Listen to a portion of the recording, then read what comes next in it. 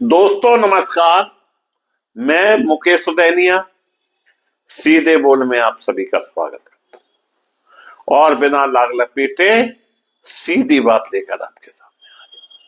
दोस्तों, गेरुए वस्त्र पहने योग गुरु बाबा रामदेव किसी अब नाम के मोहताज नहीं है।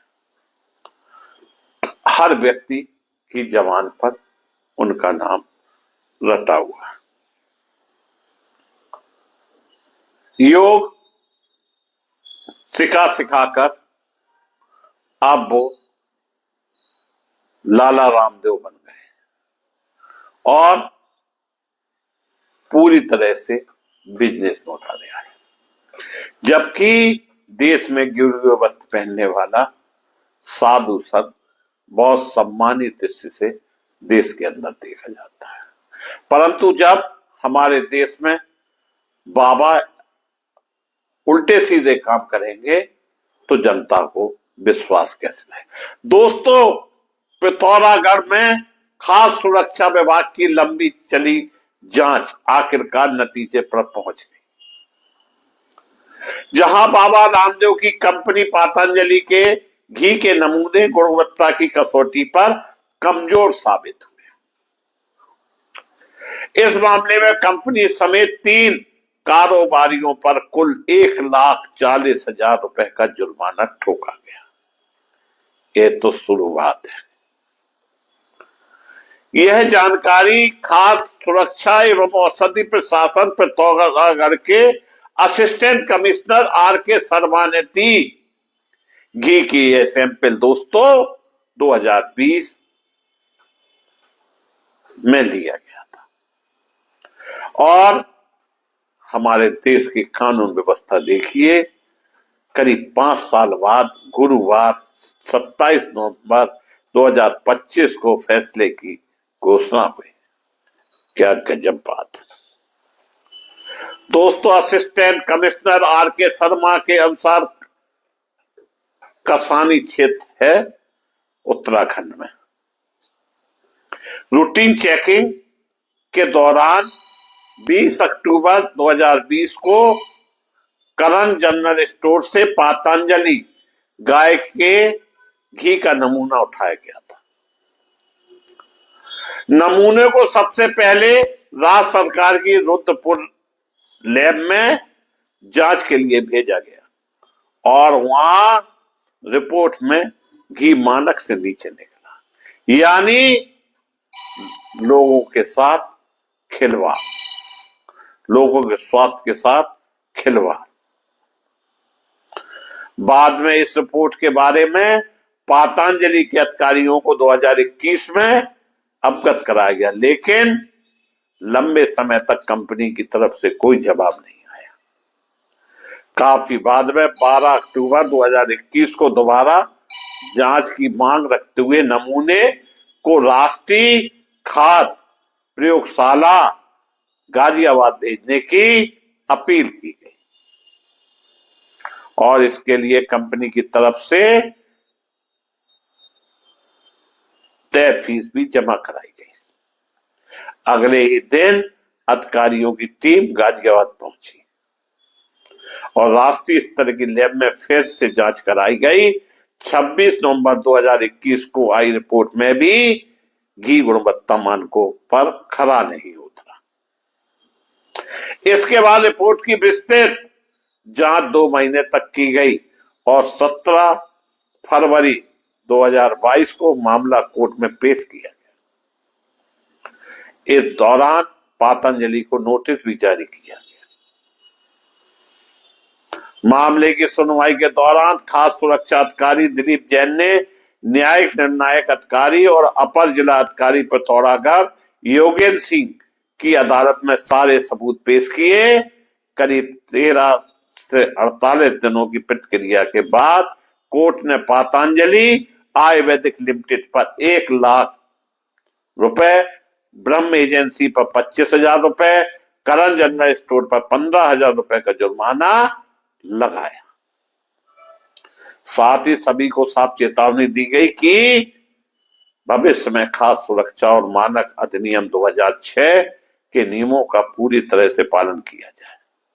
असली और नकली घी की पहचान करने के लिए दोस्तों कई तरीके हैं जो हम आपको बताना चाहते, आपसे शेयर करना चाहते हैं, जिसमें पानी, कागज और आयोडीन जैसे घरेलू परीक्षण शामिल है।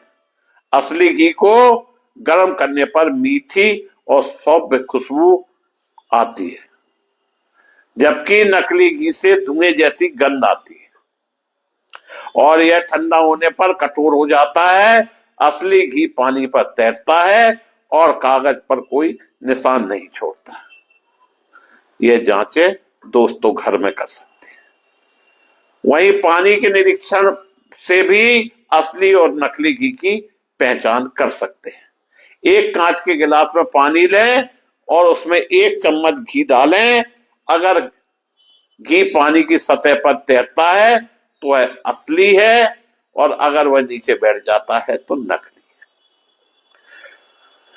है। एक सफेद कागज पर थोड़ा सा घी डालकर देखें। अगर कागज पर कोई चिकनाई या गंदगी का निशान नहीं बनता है तो घी असली है, कागज को गंदा नहीं करता है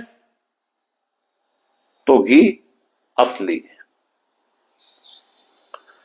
हाथ परीक्षण करके भी घी देखा जा सकता है। अपने हथेली पर थोड़ा घी ले, असली भी आपकी हथेली की गर्मी से पिघल कर गिरना शुरू हो जाएगा, जबकि नकली घी उसी जगह बना रहेगा। उबाल कर भी इसका परीक्षण कर सकते हैं दोस्तों।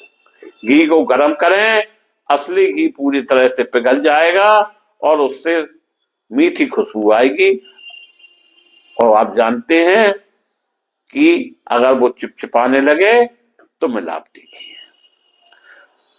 पिघले हुए घी में आयोडीन टिंचर की कुछ बूंदें मिलाएं। अगर रंग बदलकर नीला या बैंगनी हो जाए तो घी में कोई चीज मिली हुई है। हाइड्रोक्लोरिक एसिड HCl परीक्षण में घी की शुद्धता जांचने के लिए थोड़ा सा घी लें और उसमें 5 मिली हाइड्रोक्लोरिक एसिड मिलाएं। अगर घी का रंग लाल हो जाए तो वह मिलावटी है। दोस्तों, इसके अलावा जो कुछ ब्रांड अपने घी के पैकेट पर QR कोड प्रदान करते हैं, इससे स्केच करने पर घी की प्रामाणिकता की पुष्टि हो सकती है। दूसरा, होमोग्राम और असली घी के पैकेट पर एक यूनिक होमोग्राम या लोगो लगा होता है, जो नकली पैकेट में नहीं होता है। पैकिंग असली थी कि पैकिंग पर टेग पैक होती है, जबकि नकली के डिब्बों में किसी तरह की कोई पैकिंग में कुछ भी ना लिखा होता है ना वो होता है, ये नकली कहते हैं। दोस्तों, आपने देखा होगा कि बाबा रामदेव लगातार अपनी बात को सिद्ध करने के लिए किस किस तरह की बातें बनाते हैं। बाबा रामदेव पर कोर्ट का यह पहला आदेश नहीं, कई आदेश हो चुके हैं, लेकिन फिर भी इनकी कंपनी पर विशेष कार्रवाई नहीं की जाती है और ये पूरे देश को जिस तरह की सामग्री दे रहे हैं उसमें घी पर जो सैंपल फैल हुआ है, अन्य चीजों पर भी उनके सैंपल फैले हुए हैं। देखना यह है कि बाबा रामदेव वास्तविक रूप से जनता के साथ किस हद तक खिलवाड़ कर सकते हैं।